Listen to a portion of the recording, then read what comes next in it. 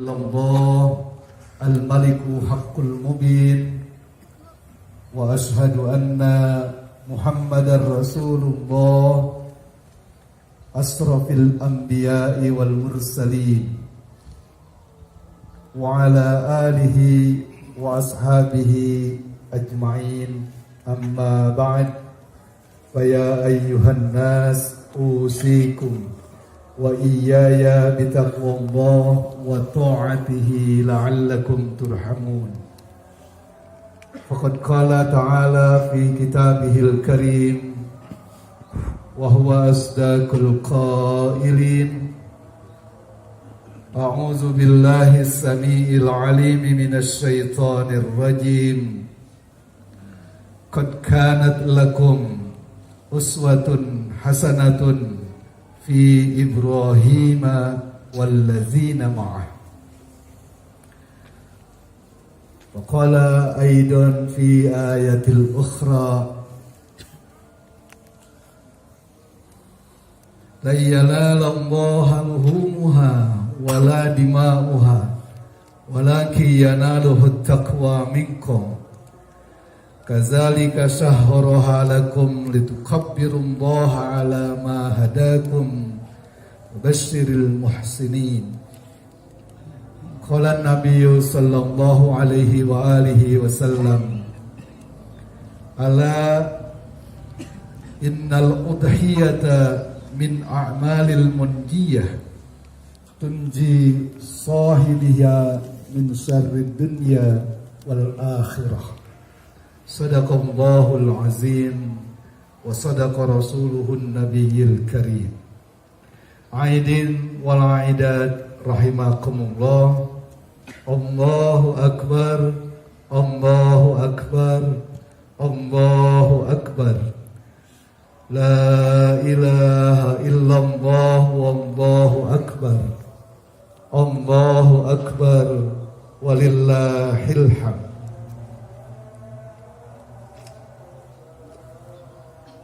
Biasanya pada penyampaian khutbah Idul Adha lebih banyak kita mendengarkan paparan bahasan tentang kurban dan sejarah kurban. Perkenankan pada kesempatan ini kami akan mentelaahnya dari sisi yang lain, yang tidak terlalu berbau-bau darah, yang tidak terlalu horor, tetapi mungkin akan lebih sedikit berbau romantis, karena kami akan coba kupas khutbah Idul Adha pada kesempatan ini dengan cakupan telaahan yang lebih bersifat dari sudut pandang mahabbah, cinta. Harapan kita pada saat begini keras kita menghadapi kehidupan, didera dengan berbagai pertarungan dan persaingan, maka nuansa-nuansa romantis, nuansa-nuansa yang lebih mengedepankan kelembutan hati agaknya lebih menjadi pilihan yang lebih tepat. Allahu Akbar, Allahu Akbar, La ilaha illallah, Allahu Akbar, walillahil hamd. Aidin wal aidat rahimakumullah. Allah subhanahu wa ta'ala ada menegur kita pada surah Al-Mumtahanah dengan teguran: A'udzubillahi minasyaitonir rajim. Qad kanat lakum uswatun hasanatun fi Ibrahim walladzina ma'ah. Terjemah bebasnya, wallahu a'lam bimuradi, qad kanat lakum, telah nyata-nyata ada bagi anda sekalian. Apa? Uswatun hasanatun, keteladanan yang baik. Virgin is the best. Fi Ibrahim, dalam kedirian Ibrahim alaihissalam, wallazina ma'ah, beserta orang-orang yang menyertainya.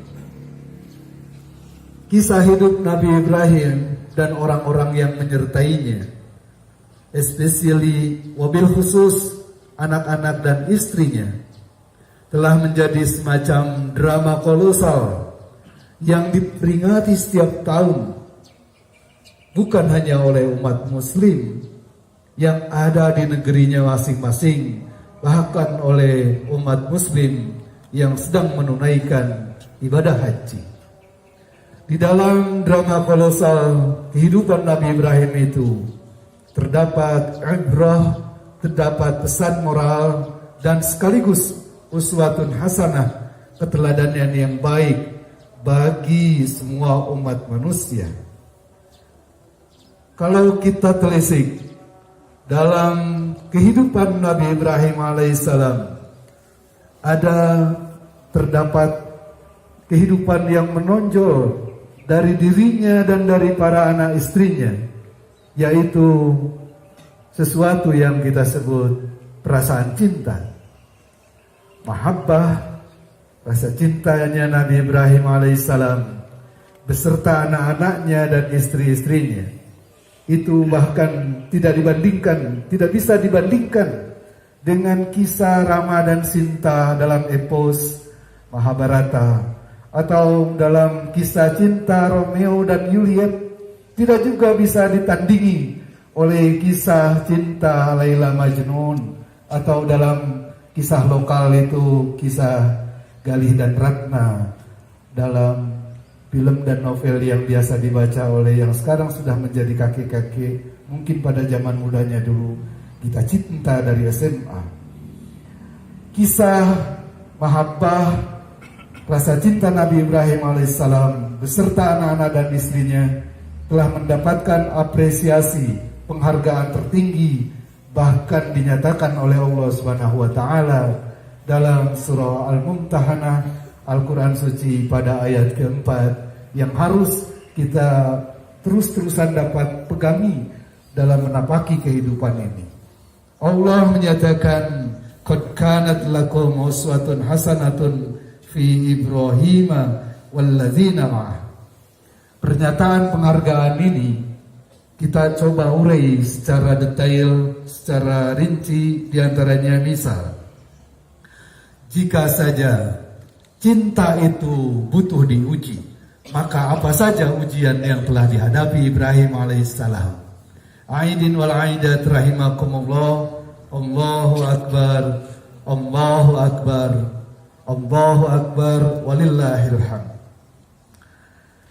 Ujian pertama Nabi Ibrahim itu Nabi Ibrahim dapatkan ketika Nabi Ibrahim alaihissalam ini hidup berumah tangga dengan Siti Sarah puluhan tahun, lebih dari separuh abad berumah tangga. Nabi Ibrahim alaihissalam dan istri pertamanya Siti Sarah tidak mendapatkan anak keturunan.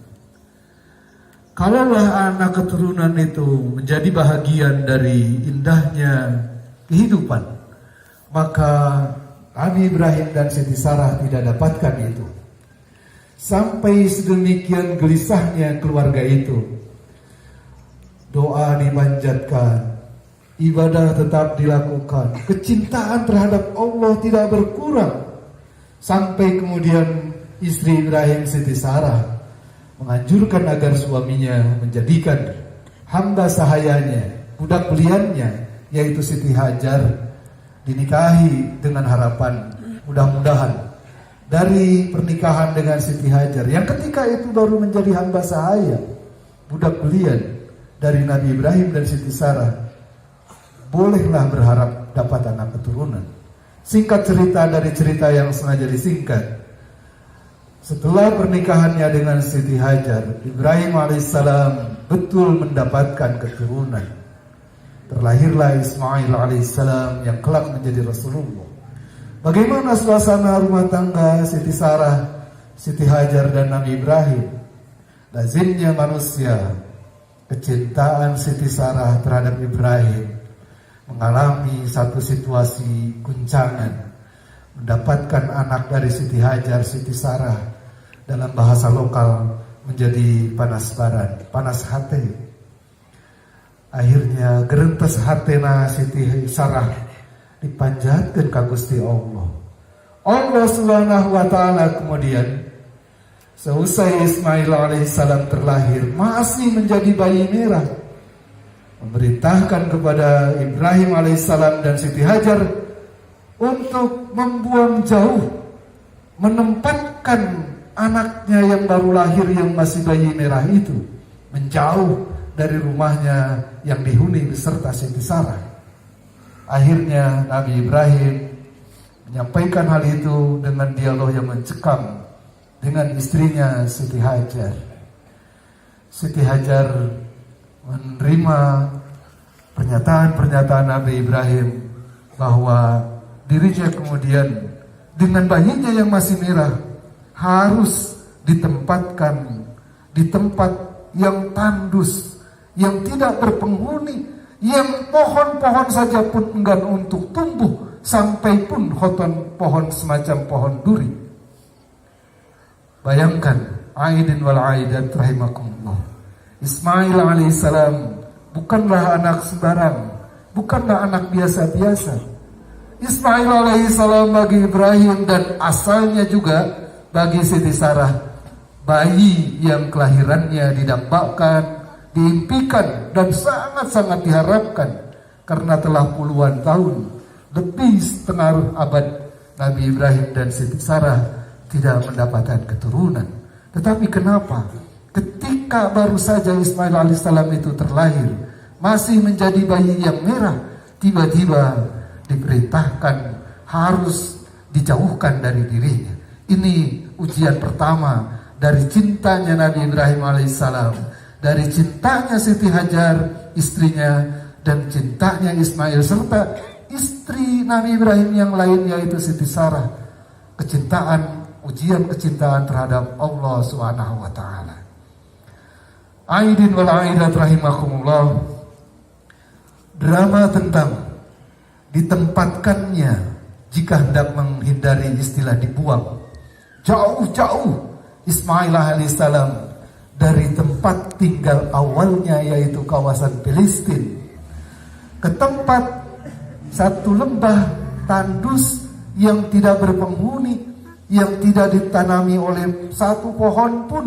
Itu dinyatakan dalam Al-Quran suci pada surah Ibrahim. Sampai-sampai ketika telah berhasil ditempatkan di tempat tandus yang tidak berpenghuni, yang tidak ada tumbuh-tumbuhan satu batang pun, Nabi Ibrahim ketika hendak meninggalkan anak istrinya kembali lagi ke Palestina, itu sambil menghibah-hibah, menangis-nangis kepada Allah, dilukiskan dalam ayat, Rabbana inni askantu min zurriyati biwadin ghaira zi zar'in 'indaka baitikal muharram Rabbana liyuqimus salah faj'al af'idata minan nasi tahwi ilaihim warzuqhum minas samarati la'allahum yashkurun. Terjemah bebasnya wallahu a'lam bimuradi.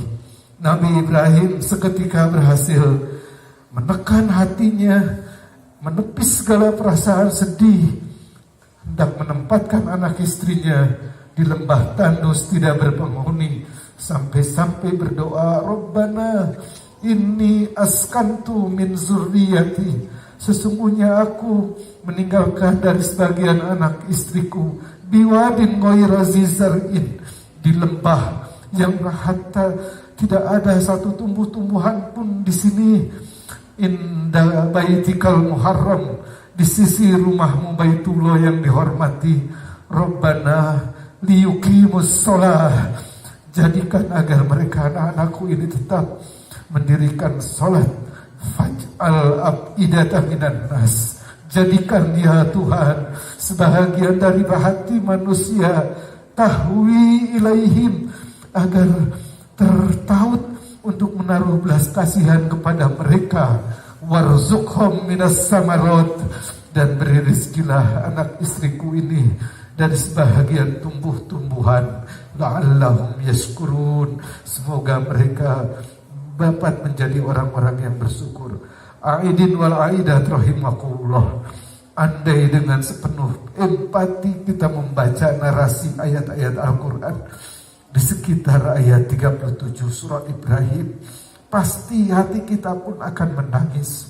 Bayangkan seorang istri yang baru melahirkan dengan membawa bayi yang masih memerah, ditempatkan di sebuah lembah tandus yang tidak berpenghuni, yang tidak ada pohon untuk mau tumbuh di sekitarnya. Apa yang bisa dilakukan oleh seorang wanita yang baru melahirkan, masih menggendong bayi yang memerah itu? Aidin wal aidat rahimakumullah. Ibrahnya pelajaran moralnya bagi kita. Jika kita menjadi suami, kepala keluarga yang suka meninggalkan anak istri, apakah ketika kita meninggalkan anak istri karena tugas, karena panggilan kedinasan, kita sempat mendoakan untuk anak istri yang kita tinggalkan? Pernahkah kita berdoa ketika meninggalkan rumah untuk anak istri kita, agar anak istri kita disayangi oleh Tuhan, agar anak istri kita tetap dijamin keselamatan dan keamanannya oleh Allah Subhanahu wa Ta'ala, agar anak istri kita bisa mendirikan sholat, agar anak istri kita dapat bersyukur kepada Allah Subhanahu wa Ta'ala. Aidin wal aidat rahimakumullah. Allahu akbar, Allahu akbar, Allahu akbar, walillahil hamd. Dalam kisah Nabi Ibrahim selanjutnya beserta anaknya Ismail dan istrinya Siti Hajar,